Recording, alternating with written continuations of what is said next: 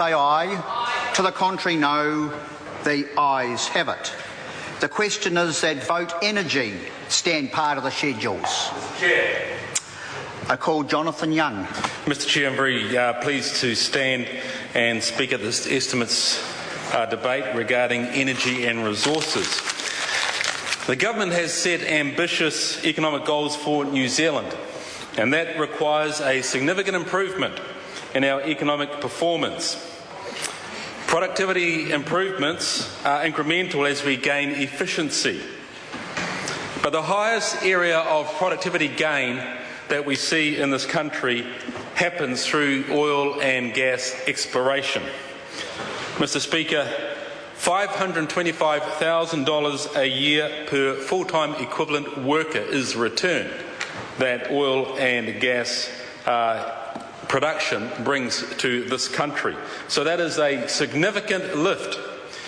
In fact, Mr. Chair, when you look at the top 4 export earners in this country, dairying, meat, timber and oil and gas, we note that when the Tui field, which is just offshore from Taranaki, came into production, that one field lifted it to the 3rd place. So we see the significance that just one significant oil discovery can bring to the economic return to this country. So, Mr. Chair, we have put together, regarding the economic development of this country, a business growth plan that will grow more and bigger businesses in New Zealand and provide the standard of living New Zealanders aspire to.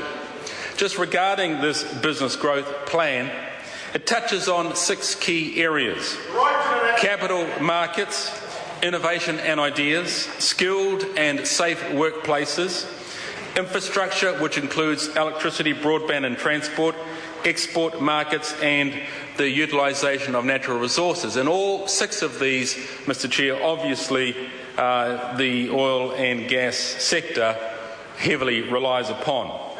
Oil is our 4th largest export earner, with a value of around $2.2 billion a year, and contributes to the employment of approximately 7,700 within our country.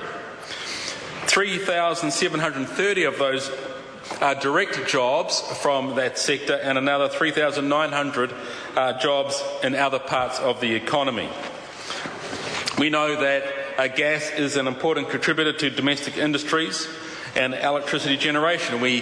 We found this out very clearly last year when the Maui gas pipeline north of New Plymouth was out of commission for a week, and the effect that had on the economic development or the economy of New Zealand, particularly in the north. We also know that gas generated 18% of New Zealand's electricity supply in 2008.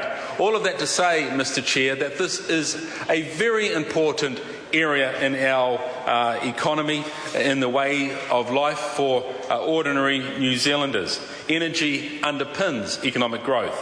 Global energy demand is forecast to increase by 40% between 2009 and 2035. And so this is a very important area. But it's also a very important area to understand that in order for this growth to happen, it has to happen in a manner that is well managed and consistent with the wider values and the environmental values we hold as a nation. Mr. Chair, the government is supporting the development of the oil and gas sector, which is set out in our Petroleum Action Plan. The aim of the plan is to make the most of New Zealand's promising potential and maximise the gains from sector growth in the petroleum area. Work is well underway to streamline the management of the petroleum sector and to make it easier for exploration companies to establish operations in New Zealand, whilst all the time having stringent cautionary behaviours and activities around such exploration and production. We are currently reviewing the Crown Minerals Act regime. The Act governs management of the Crown's minerals estate, which includes all oil and gas. The review aims to encourage development of our resources so they contribute to economic growth, and we aim to streamline the current regime and make it better able to deal with future developments.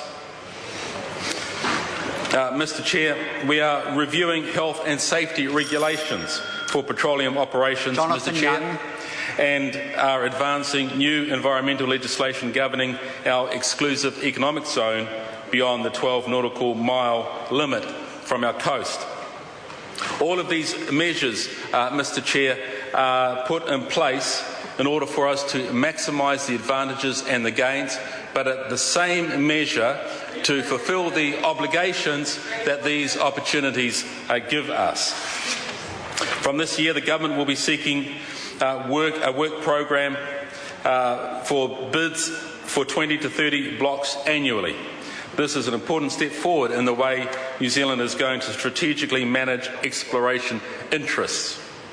The block offer strategically involves exclusively using an annual competitive tender process to allocate permits for oil and gas exploration and no longer use first in, first served permitting, known as priority in time.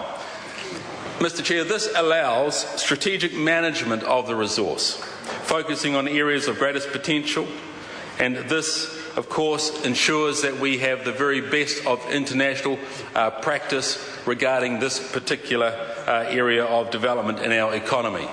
Mr. Chair, I'm very happy to speak in support of our energy and resources program that we have put forward as a government, and believe that this is in the best interest of the economic growth and development of our nation, as we alongside that ensure that we have stringent and very careful environmental practices to support those opportunities.